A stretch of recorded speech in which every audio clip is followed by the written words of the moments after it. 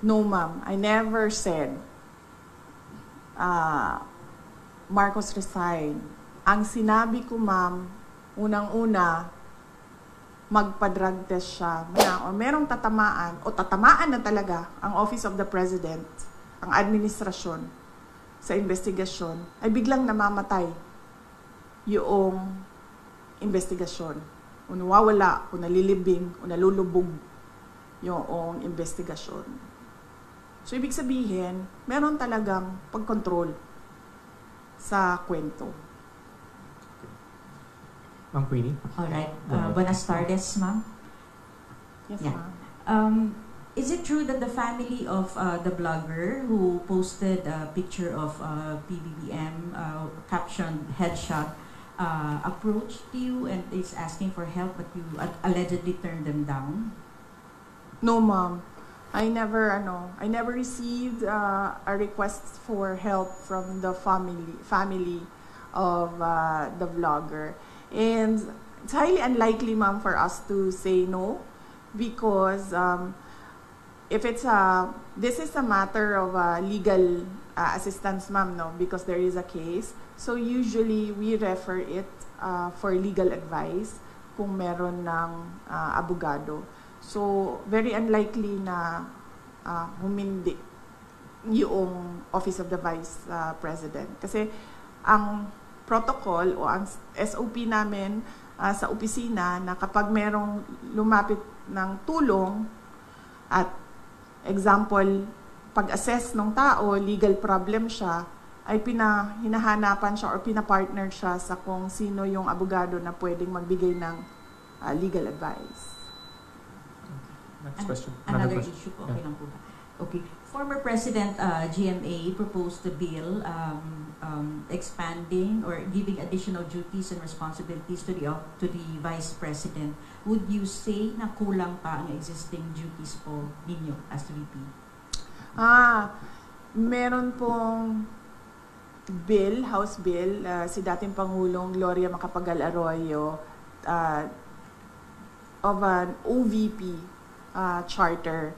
Doon sa charter, kung makikita ninyo, nakalagay lang doon yung institutionalization ng mga units sa opisina ng Pangalawang Pangulo at nakalagay din doon ang organizational structure. Kasi pagpasok namin, ma'am, ang nangyayari, bago lahat, lagi, walang institutional memory ang Office of the Vice President. So bago siya lahat lagi. Pagpasok ng bagong Vice President, bago ang opisina, bago ang structure, ang HR structure niya, bago ang mga units. So ang ginawa namin, ma'am, para merong continuity sa lahat ng mga Vice Presidents ay ginawa namin ng charter.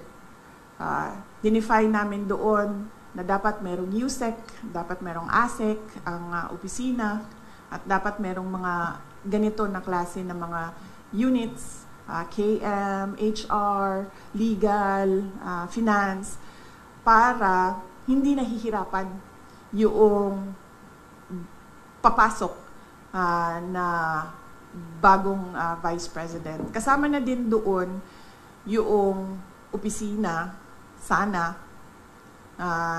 permanent office, para hindi rin lumilipat kung saan-saan yung opisina ng Vice President.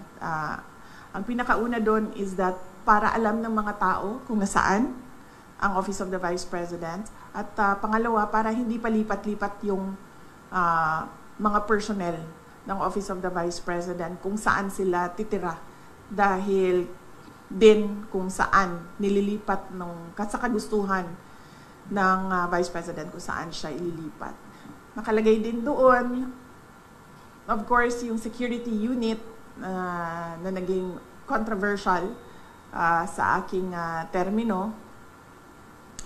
At, yung OVP, him namin, at mga iba pang mga administration policies inside the Office of the Vice President. Kung makikita ninyo, wala kaming nilagay doon na specific project dahil ang ang function ng Vice President ay kumbaga constitutional successor. Yun lang ang only function ng Office of ng Vice President. Pero sa atin, traditionally, ang Office of the Vice President ay binibigyan ng budget for the Vice President to decide on what his or her projects are, and then they can implement projects to complement the services of the other national government agencies. So on that note, hindi namin nilagay yun, ma'am. Kasi baka naisip ko, merong Vice President na papasok na wala siyang project. Wala siyang gustong gawin, kundi maging constitutional successor lang. So, ibig sabihin, mag-aantay lang siya na mawala yung presidente. Pero, so far, wala pa naman tayong nakita by history, wala tayong nakita na Vice President na ganun ang gusto niya. Lahat merong kani-kanilang projects. Ang hindi lang namin ginawa ay mag-define kung ano yung project. Kasi magdedepende yon sa panahon kung kailan siya naging Vice President, sa panahon kung kailan anong relevant na project. So ang ginawa lang namin ay yung structure ng opisina na kahit anong project ay ma-implement noong organization. Just one last po. Yes, I don't know if you already asked for your reaction to the viral video of PGMA. The last time that she shook hands with you, and nung pagtalikod niya is parang tila sumimangot siya. What's the relationship between you two right now po, yung status? Ni ma'am? Wala, ganun naman kasi talaga si ma'am eh.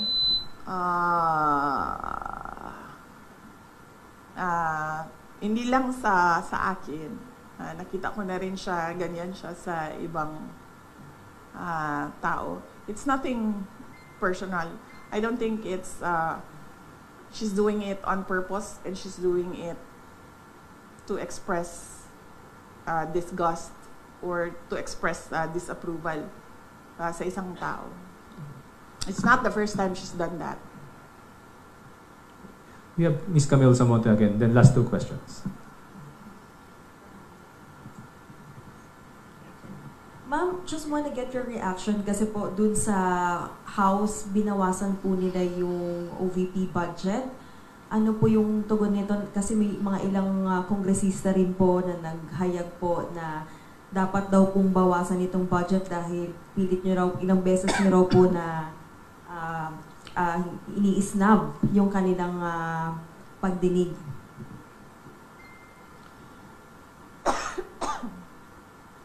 Isang beses lang ako hindi pumunta. Sa plenary, 2 beses. Sa plenary, 2 beses ako hindi pumunta sa kanila. But beyond that, as early as August, I think August 15, nung tinanong na ako kung ano yung expectations ko sa budget hearings, sinabi ko na ang expectation namin ay bawasan nila ang budget of the Office of the Vice President. Dahil sinabi ko at that time, it's the same administration, it's the same speaker of the House of Representatives, and it's the same set of characters. So on that point, tama nga ako sa sinabi ko noong August. Hindi man siya nakakagulat. Hindi na ako nagugulat sa House of Representatives. Last two questions. Sorry. Sola. Baka pwede niyo pong sagutin sinasabi ng iba, especially Congresswoman De Lima saying that you're a brat. You would like to address that comment of her po? Oo. Kasi Yes. hindi ka nga daw po sumipot sa budget. Oo.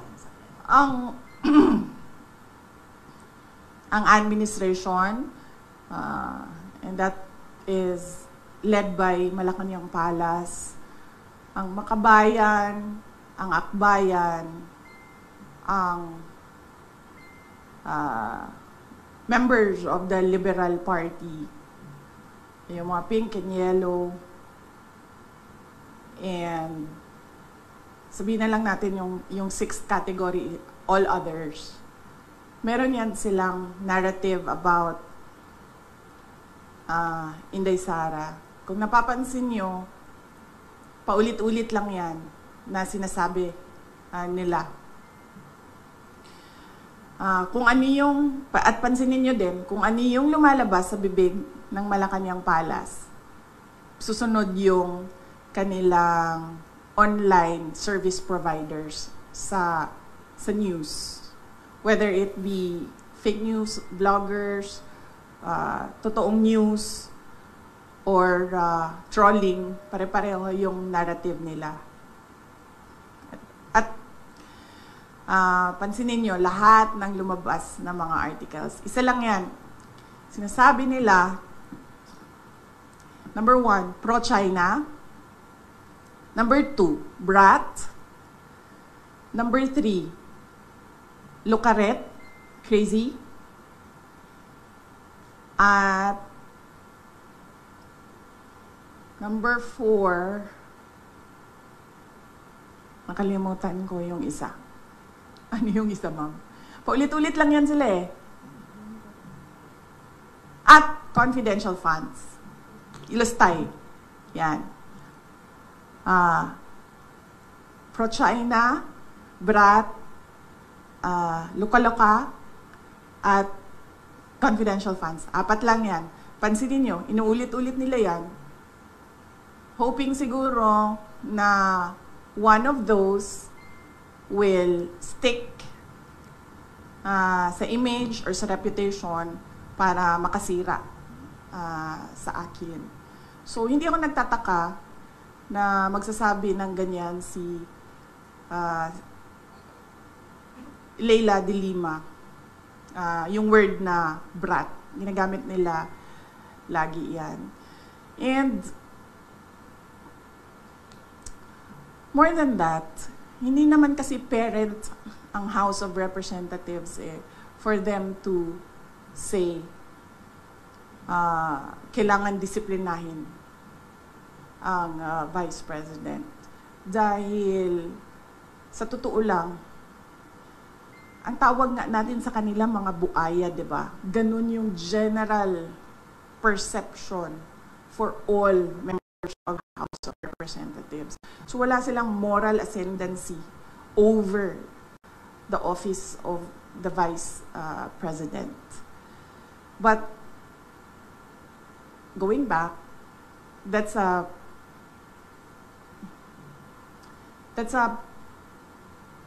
messaging narrative of anti-Duterte. No, not anti-Duterte. Anti-Sara Duterte. Messaging narrative nila. Nasa message board yan nila sa mga anti-Sara Duterte. Yan, paulit-ulit yan sila. Pro-China, luka-luka, confidential funds, at brat. Ang problema kasi sa messaging nila, hindi ko na lang sabihin kasi baka matuto sila sa akin, ma'am. Ayoko, ma'am, pag sinabi ko, then matuto sila, and then makaisip sila ng bago. Wag na. Last question. It's a narrative by anti-Sara Duterte groups. Ma'am, si Speaker Ramon, former Speaker Ramon, has appeared before the ICI today at sabi po niya na he's happy to be invited daw at willing naman daw po siya mag-share ng kanyang mga nalaman tungkol sa budget process at information on insertions. Your thoughts on this po? Wala na, hindi ko na siya iniisip, ma'am.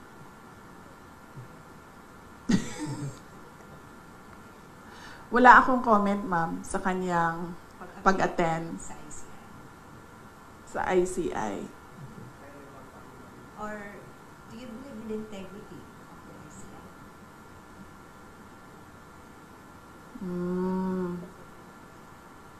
Sinabi ko na yan, diba? Na ang ginawa lang kasi ng Pangulo noong tinamaan siya nung sarili niyang speech na mahiya naman kayo at nagalit yung mga tao, ang ginawa lang niya ay magpalit ng House Speaker at ng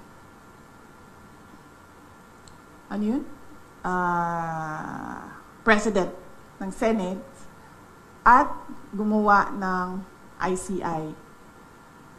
Pero hanggang ngayon, wala pa rin nananagot. So, para bang ako dapat ang imbestigahan, ako din ang gumawa kung sino ang mag-iimbestiga sa akin. So on the question of integrity, definitely,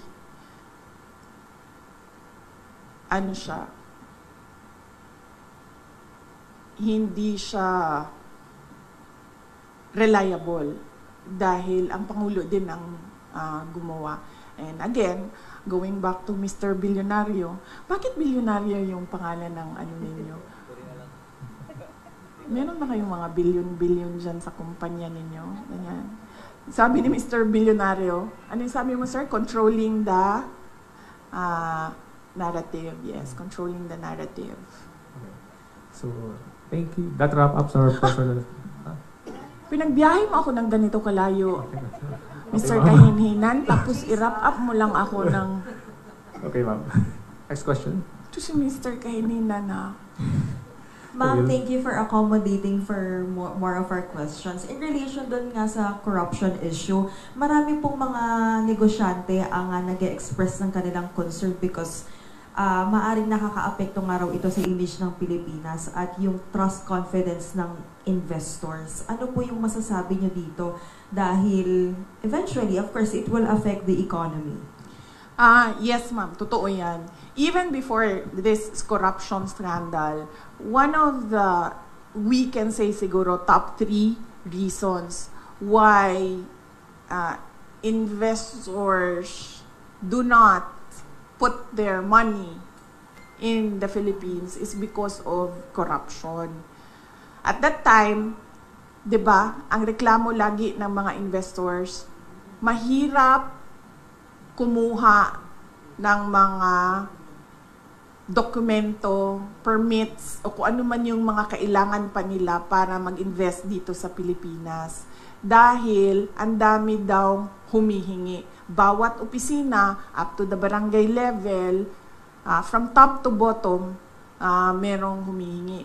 Yan din ang isa sa mga rason kung bakit tayo naunahan, 'di ba, nung ibang mga kapitbahay natin dito sa Southeast Asia. At yan din yung rason, isa sa mga rason ng mga investors kung bakit sila pumupunta na lang doon sa Thailand or pumupunta sa Vietnam. At meron na ngayon, marami pumupunta sa Bangladesh because nakakaapekto yung corruption sa competitiveness ng isang bansa. Yung corruption complaint ng foreign investors and even domestic investors, hindi yan ngayon lang. Malamang kung noon ang nangyari, malamang kung noon napapaisip pa ang investors na sige, tingnan natin ang Pilipinas. Ngayon, after the corruption scandal of the administration, hindi na sila at all naglalagay or nag-shortlist ng Pilipinas. Siguro automatic na yun na let's not think about or include the Philippines. Kung dati pinag-iisipan pa tayo ng mga investors, ngayon hindi na. Pero yung corruption na yan, nandyan na yan complaint na yan ng mga investors dati pa. At bakit ko alam? Dahil naging mayor din ako. Nung mayor ako ng Davao City, syempre, ang gusto namin na pumasok na pera sa Davao City ay yung galing sa labas, diba? Whether it be from Visayas or other parts of Mindanao or from Luzon or from other parts of the globe, gusto namin pumasok siya sa Davao City.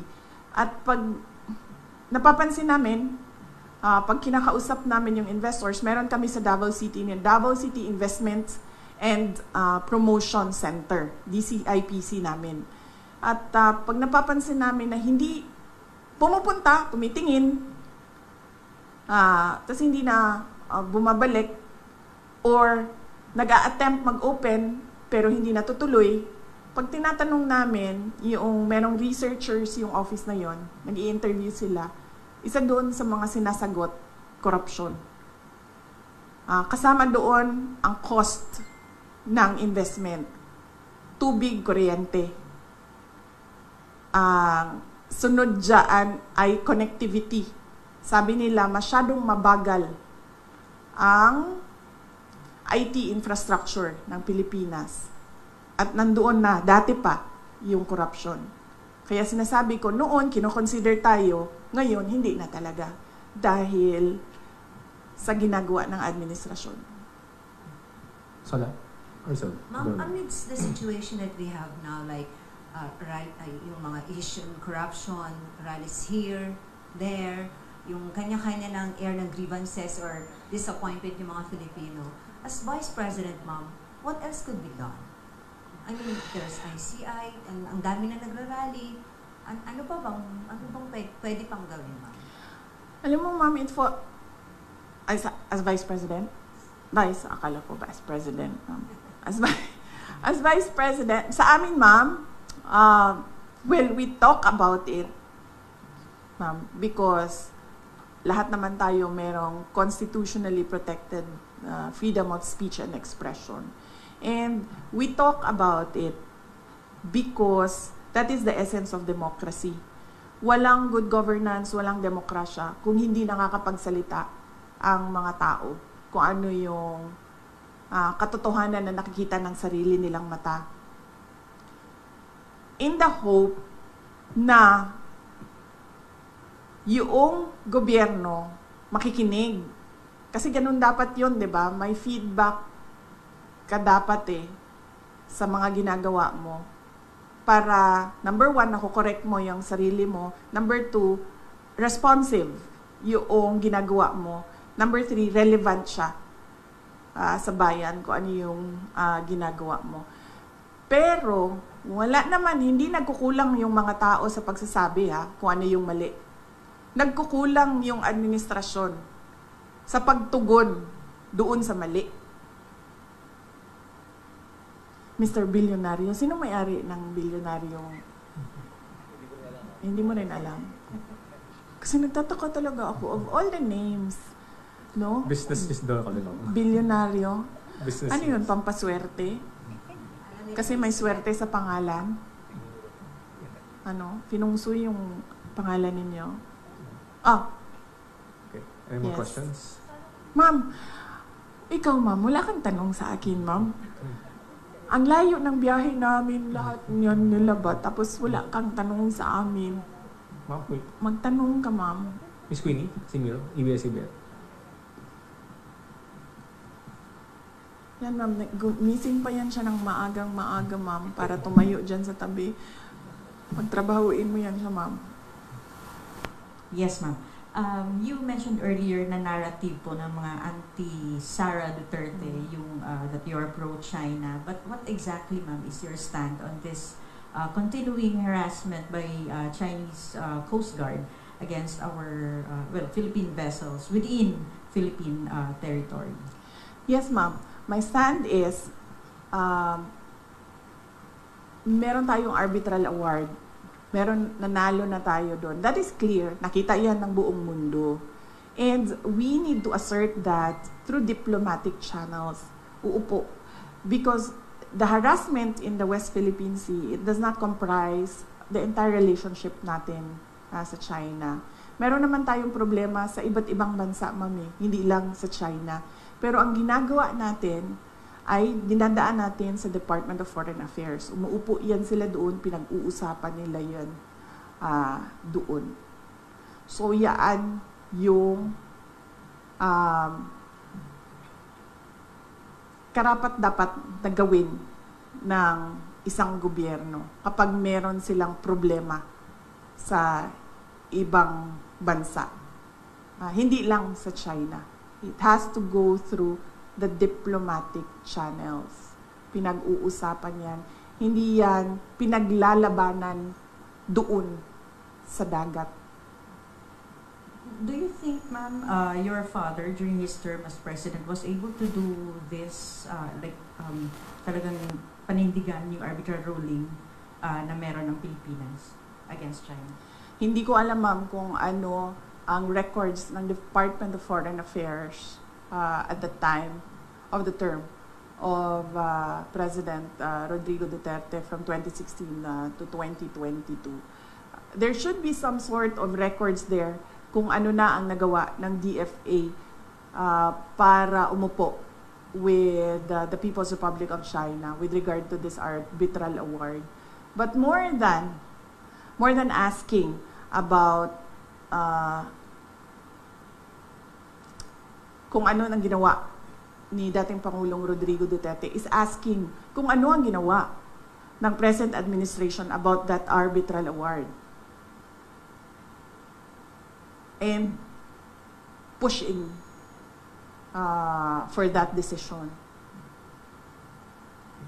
Ma'am, there's a polling question here from one of the members of the OVP media. Kay Red Mendoza ng Times. Ma'am, your comment daw po sa pagbansag na pakawala niyo daw si Congressman Kiko Barzaga of Cavite, especially with his antics last weekend. Hindi ko... Okay, number one, kilala ko si Congressman Kiko Barzaga because of the campaign in Cavite in 2022. Dahil uniteam siya. Ang pagkakaalam ko, ang mga magulang niya, hindi sila for the uniteam. Ang maalala ko, yung mga magulang niya, Sara only. Pero si Congressman Kiko Barzaga was for the uniteam. Hindi ko alam kung nagkausap man kami from that time na nagkita kami sa kampanya hanggang ngayon, kung meron man, pero ang huling maalala ko na nagkausap kami is doon sa rally ng Uniteam sa kanila, sa Dasmariñas, Cavite. Hindi ko pakawala si Kiko Barzaga. Sa tingin niyo ba, sa personality ni Congressman Kiko Barzaga, isa siyang tao na mahandle ng kahit sino man? Diba? Nakikita niyo naman yung kanyang independence sa pag-iisip eh. Nakikita niyo din yung kanyang lakas ng loob. Nakikita niyo din yung prinsipyo niya. Ang example ko na lang dito ay, unang-una, yung mga magulang niya, hindi uniteam yun ha. Si Kiko Barzaga uniteam. Hindi yan nakikinig sa mga magulang niya, ibig sabihin. Diba? So bakit yan makikinig kay Sara Duterte? So no, I do not control Congressman Kiko Barzaga. He is his own person, he has his own principles, and he has his own free will.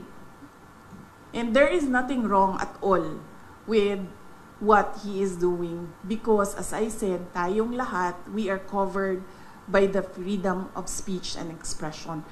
Unfortunately, meron tayong administrasyon na hindi nila matanggap na meron talagang mga tao na number one, hindi natatakot At number 2, hindi nabibili ng pera.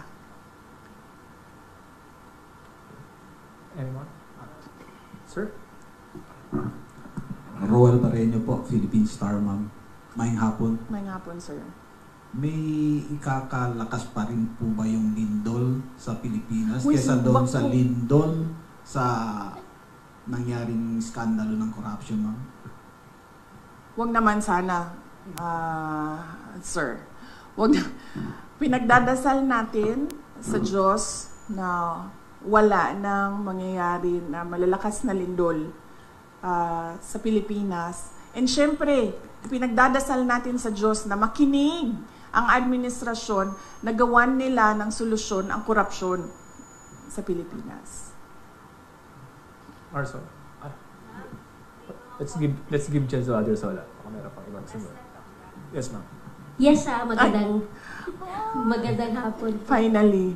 Vice President. Ma'am, I would just want to ask, with the alleged destabilization and then yung rally natin, ma'am, left and right, Luzon, Visayas, Mindanao, ang mga lumabas, ma'am, mga young ones, makikita natin mga estudyante. Ma'am, sa tingin niyo, ma'am, with what is happening now, magpapatuloy pa to, ma'am?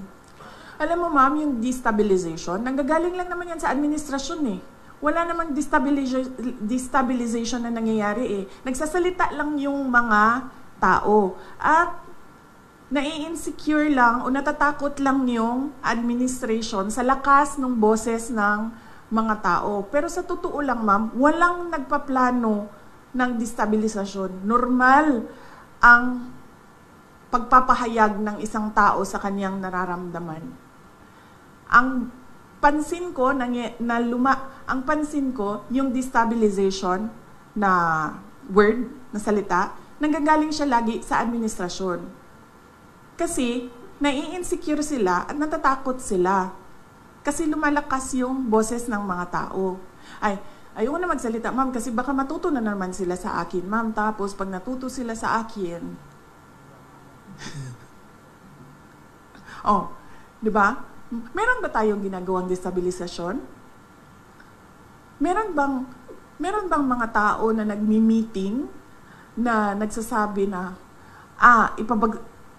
Makabayan, yes. Number 1. Yan talaga ang vision ng Makabayan. Pabagsakin ng gobyerno kasi gusto nila mag-take over. So kung meron man grupo na nagmi-meeting para pabagsakin ang administrasyon, ang gobyerno, Makabayan yon. Wala nang iba. Lahat ng iba dyan, wala nang meeting yan. Nagpapahayag yan sila ng nararamdaman nila ng galit sa pangyayari. Wala yan silang sinasabing iba na oust or ano bang tawag dyan, paggawa ng masama sa presidente o panggulo sa gobyerno. Wala. Nagsasalita lang yan, lahat ng mga tao, ng kanilang, nagsasabi lang sila sa galit nila. Tayo pala, kasama na ako dun, ma'am. Nagsasabi lang nga kami, tayo, sa galit natin. Any more last question? Okay, final on my end po. Vice President, ang init ngayon ng flood control din. Kung halos Luzon, Visayas, and Mindanao din gusto nilang ipa-check, no? Sa tingin nyo, aside from the flood control, ano pa ang mga dapat sigurong tingnan o i-check aside from these flood controls? Thank you. Yung una nang sinabi ko, ma'am, no, yung listahan na ginawa nila para sa Department of Education. Worthy yun, natingnan kung sino yung mga sinulat ni Martin Romualdez na mga congressman na makakatanggap sa School Building Program Fund. Pangalawa, flood control, yan, laging may corruption dyan. Farm to market roads, laging may corruption dyan.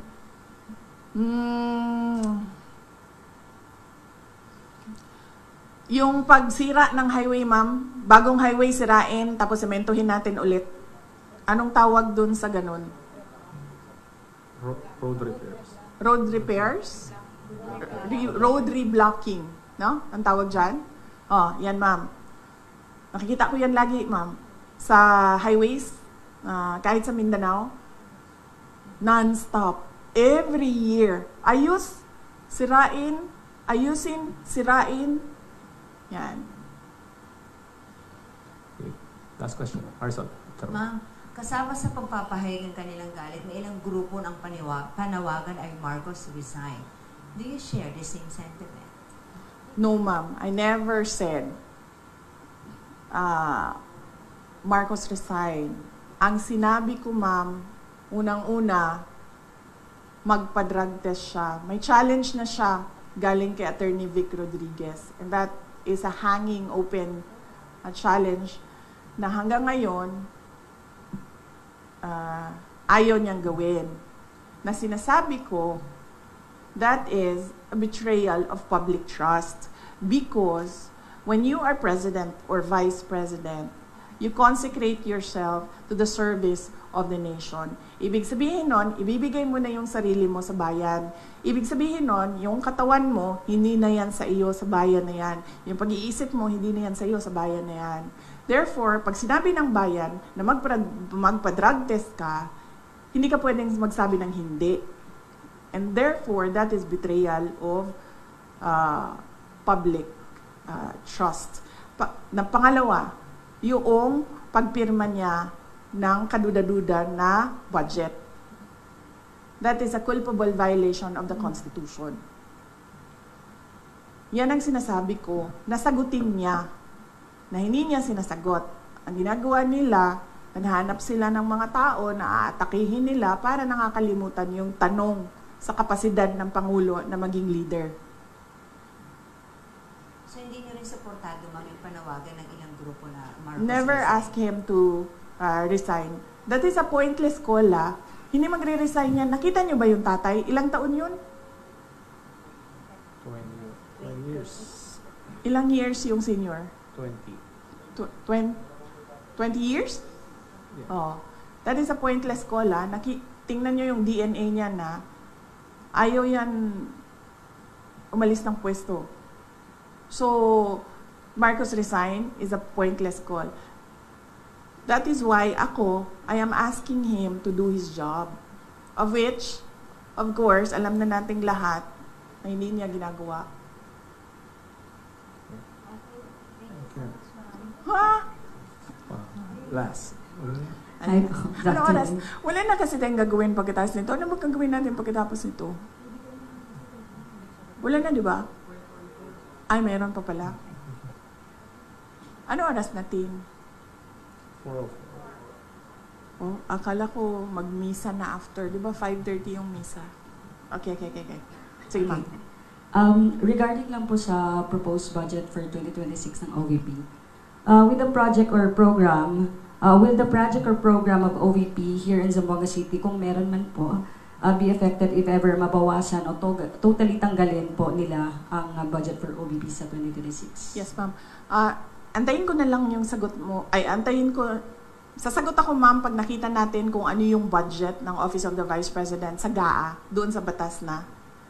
Kasi, ngayon maghihiring pa ang Senate sa GAB, sa General Appropriations Bill. So, tapos magbabaykan pa yan.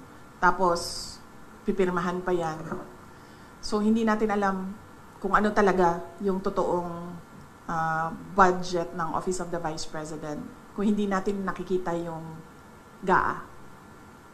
Pero since expected po, parang na-expect nyo na talagang babawasan nila yung budget for OVP po, ano yung mga nakikita nyong possibilities if ever po? Merong posibilidad na wala talagang project at merong posibilidad na kung ano yung nandyan ngayon, bawas na yan galing sa kung ano yung kalakihan ng beneficiaries from 2024. Lumiit na yung beneficiaries for 2025, pero the same pa rin yung projects.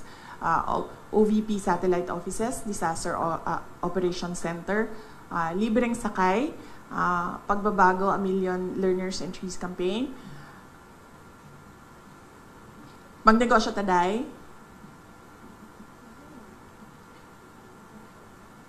Ito yung mga tiga-OVP, ma'am, na nalilimutan namin kung ano yung mga rice. Yes. Anong makontribute mo sa project natin? Sa listahan ng project, JC. Yan, ma'am. Yan pa rin yun, ma'am. Ang ginagawa lang namin, ma'am, ay kasi lumiliit yung budget, lumiliit din yung beneficiaries, pero hindi nawawala yung budget. Okay, thank you po. Okay. Thank you, ma'am. Thank you, ma'am.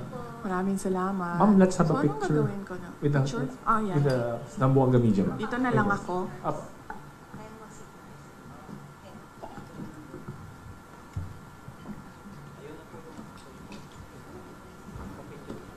Laboratory tour, laboratory.